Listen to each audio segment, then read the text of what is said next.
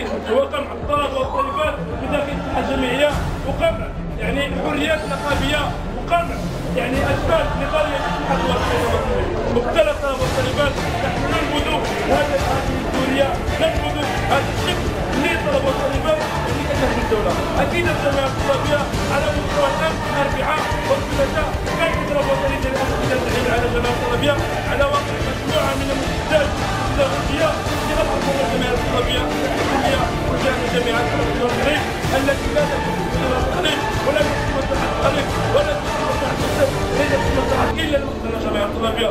واكيد كنلقاو خرجات اعلاميه لمجموعه من المتخصصات.